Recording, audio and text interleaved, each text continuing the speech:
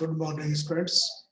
मैं doctor Vijendra Singh Tanwar, associate professor in English, वर्तमान में राजकीय महाविद्यालय गुढ़ा में पदस्थापित हूँ। जो ये वीडियो सीरीज बनाई जा रही है इस कोरोना काल में, आपके सिलेबस को ध्यान में रखते हुए ये जो वीडियो है इसी कड़ी में बीए पार्ट प्रथम के विद्यार्थियों के लिए है और उन विद्यार्थियों के लिए है जिन्होंने इंग्लिश लिटरेचर विषय को चुना है पेपर फर्स्ट।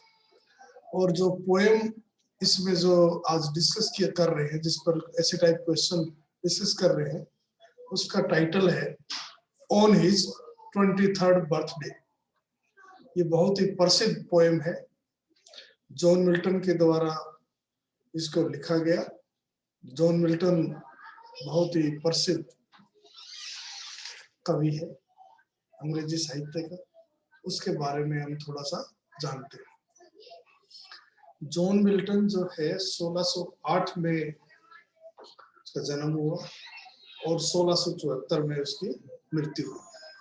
यानी कि जैकोबियन काल और क्रोमवेल काल और रेस्टोरेशन तीनों ही पीरियड के उसको अनुभव था, लेकिन वो ज्यादा जाना जाता है क्रोमवेल के दोस्त के रूप में। और उसके बाद क्योंकि वो क्रोमवेल के साथ था, तो जब रेस्टोरेशन युग की शुरुआत हुई, चार्ल्स सेकंड को पुनः राजतंत्र पर स्थापित किया गया, तब उसको जेल में डाल दिया गया और अंधा भी हो गया था, इसलिए उसको फांसी तो नहीं दी गई, लेकिन वो जेल में डाल दिया था और वहां पर ही वो सब कुछ लिखता था।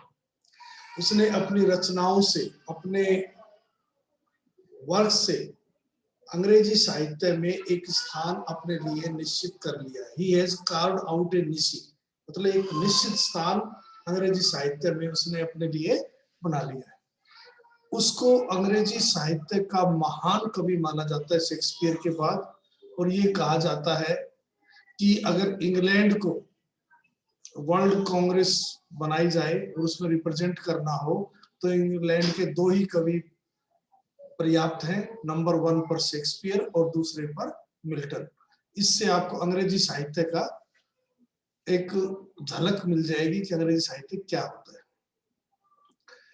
जैसा कि मैंने बताया कि ये अंधा हो गया था, उसके बाद इसने बहुत अच्छी रचनाएं लिखी और उसमें से एक जो किताब जिसको कि महाकाव्य कहा जाता है, उसका नाम था पैराडाइज लॉस्ट।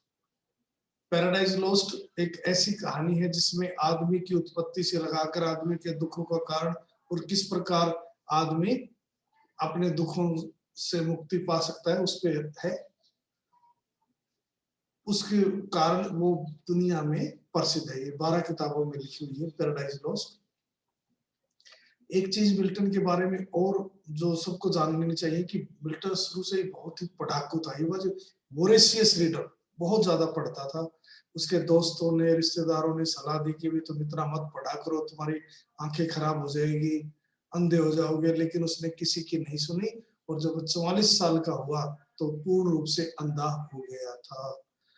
अंधा होने के बाद कुछ समय तक तो दुखी रहा, लेकिन उसके बाद उसने अपने उस अंधेपन को एक टैलेंट के रूप में प्रस्तुत किया और आज दुनिया में उसका नाम है। उसका जो स्टाइल है लिखने का बहुत ही ग्रैंड है, मैजेस्टिक है, भव्य है और उसके अंदर एक वंडरफुल यूनियन है ऑफ इंटेलेक्चुअल पावर यानी बौद्धिक शक्ति की और क्रिएटिव रचनात्मक शक्ति की देखने को मिलती है। अब हम आते हैं इस पोएम के बारे में। जो पोएम है जिसका शीर्षक है ऑन हिज 23rd बर्थडे, ये अंग्रेजी भाषा में एक महान जो फेमस सोनेट्स हैं उनमें से एक है। ये बहुत ही आत्मकथात्मक है और कवि की चरित्र, उसकी आत्मा में क्या चल रहा है, उसके दिमाग में क्या चल रहा है, वो सब चीजें हमें इस पोएम में देखने को मिलती है। शायद ये 1631 में लिखी थी मिल्टन की 23rd बर्थडे के बाद, और लेकिन इसका प्रकाशन 1645 में हुआ। यूं कि कवि का कोई जानकार दोस्त ने उसको पत्र लिखा कि मिल्टन, तुम तो बचपन में कहते थे तुम बड़े होकर भगवान की प्रशंसा में कविताओं लिखोगे, तुमने तुम्हारे जीवन का लाइफ मिशन यही है, महान रचनाएं रचना भगवान की प्रशंसा में, तो क्या इस टारगेट की और उद्देश्य की ओर तुमने अभी तक कुछ प्राप्त किया है क्या? तो मिल्टन ने उस दोस्त को एक पत्र लिखा और पत्र के साथ ये पोएम लिखी। इस पोएम में हमें देखने को मिलता है कि कवि थोड़ा सा दुखी है अपने फेलियर पर, जो वो जिंदगी का जो उसका टारगेट था लाइफ मिशन, उसमें अभी तक उसने कुछ प्राप्त नहीं किया है। तो इसी चीज को आगे बढ़ाते हुए अब हम पोएम की टेक्सचुअल एनालिसिस करते हैं और फिर उसके बाद इसका क्रिटिकल एप्रिसिएशन भी करेंगे। तो जो सोनेट जो है उस दोस्त को लिखी गई जिसने उससे पूछा था कि क्या तुमने अपने जीवन के उद्देश्यों के प्राप्त करने में कुछ उपलब्धि हासिल की है क्या? तो शुरू से ही पोएम में एक प्रकार से दुख व्यक्त होता है, क्योंकि कवि कहता है कि उसके जीवन के 23 साल बीत गए हैं, यानी कि वो 24वें साल में लग गया है, ऑलमोस्ट मैच्योर हो गया है, शारीरिक रूप से वो हो गया है और 24 साल की उम्र में मानसिक रूप से भी उसको हो जाना चाहिए था, लेकिन वो अभी तक ऐसा कुछ नहीं कर पाया। तो इस बात को लेकर वो दुखी है और दुखी होते वो समय को संबोधित करते हुए कहता है कि समय बहुत ही तेज चतुर चोर है और वो इतना कनिंग चोर है कि उसने उसके जीवन के 23 साल चुरा लिए और उसको पता भी नहीं लगा। फिर वो कहता है कि समय बहुत तेज गति से बीत रहा है और अभी तक उसने कुछ हासिल नहीं किया है। समय की गति को बताने के लिए वह समय की स्पीड की तुलना बहुत तेज गति से दौड़ने वाले घोड़े से करता है जब वो हवा में बातें करता है, गैलोप करता है। उसी प्रकार कवि जो है अपने जीवन की उपलब्धियों के बारे में जो सोचता है तो वो एक मेटाफर का इस्तेमाल करता है जिसमें कहता है मेरे जीवन का जो बसंत है वो आने में अभी लेट है, क्योंकि अभी तक न कोई कली खिली है न कोई फूल खिला है। इसका मतलब अभी तक उसने अपने जीवन के उद्देश्य को लेकर कोई चीज हासिल नहीं की है। जब वो ये सब चीजें सोचता है कि 23 साल का हो गया और अभी तक कोई उपलब्धि नहीं है उसके लाइफ मिशन को जिसको उसने सबसे पहले घोषित किया था, तो उसके दिमाग में अपनी खुद की योग्यताओं को लेकर डाउट्स और फियर्स आ जाते हैं। वो अपने आप को तसल्ली भी देने की कोशिश करता है कि शायद मेरा जीवन में मैच्योरिटी आने में थोड़ा सा देर है। कुछ लक्की लोग होते हैं जो कि समय पर मैच्योरिटी प्राप्त कर लेते हैं, लेकिन मैं ऐसा नहीं कर पाया। लेकिन वो खूब विचार करता है, लेकिन उसका दुख जीवन में कुछ न कर पाने के कारण 23 साल की उम्र तक स्पष्ट दिखाई देता है। ये है ऑक्टेव, क्योंकि पोएम एक सोनेट है तो ऑक्टेव में उसके दुख को दिखाया गया है और उसके दिल और दिमाग में अपनी खुद की योग्यताओं को लेकर डाउट्स और फियर्स है कि पता नहीं वो अपने मिशन में कुछ कर पाएगा या नहीं कर पाएगा। वह इतना लक्की नहीं जितना कि और लोग होते हैं जो लक्की जो कि प्राप्त कर लेते हैं। अब सेस्टेट में जैसा कि सोनेट पेट्रार्कन सोनेट की विशेषता होती है कि प्रॉब्लम या जो मूड है वो बताया, अब उसका समाधान निकलेगा। तो सेस्टेट में अब हम आते हैं। सेस्टेट में वो अपने आप को भगवान के समर्पण करने के बारे में निर्णय ले लेता है कि जो कुछ भी होगा भगवान की मर्जी से होगा। वो सबमिट कर दिया उसने अपनी टैलेंट को भगवान की उसमें। तो जैसे ही ऐसा करता है तो उसको जो दिमाग में डाउट्स थे, फियर्स थे अपनी योग्यता को लेकर, वो सब डिसअपियर हो जाते हैं, सब गायब हो जाते हैं और उसके दिल में एक तसल्ली आती है और वो कहता है मेरी इंटेलेक्चुअल पावर का, मेरी प्रतिभा का चाहे धीरे धीरे विकास हो, एकदम विकास हो, थोड़ा हो, ज्यादा हो, निश्चित रूप से होगा और उसकी मैच्योरिटी आएगी और जो भी जैसी भी आएगी वो वैसी ही आएगी जैसी भगवान ने उसके बारे में निश्चित कर रखा है।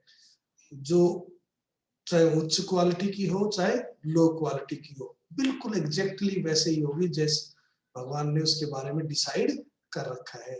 और उसी और समय और भगवान की इच्छा उसको ले जा रही है।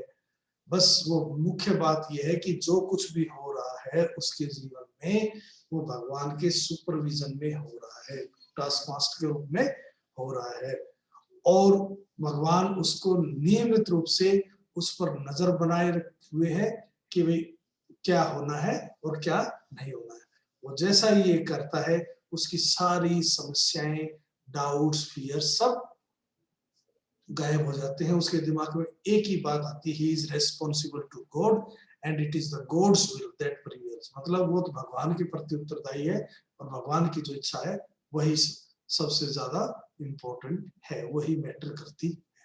तो इस प्रकार हम इस पोएम को का जो डेवलपमेंट ऑफ थॉट था वो देखा कि पोएम एक सोनेट है और उसमें किस पर प्रॉब्लम रखी गई और फिर उसका समाधान किया गया। अब हम इसका क्रिटिकल अप्रिसिएशन करते हुए सबसे पहले इसकी क्रिटिकल कमेंट्स डालते हैं इस पोएम के ऊपर। पहला है फॉर्म ऑफ द पोएम। जैसा कि मैंने बताया कि पोएम जो है एक सोनेट है।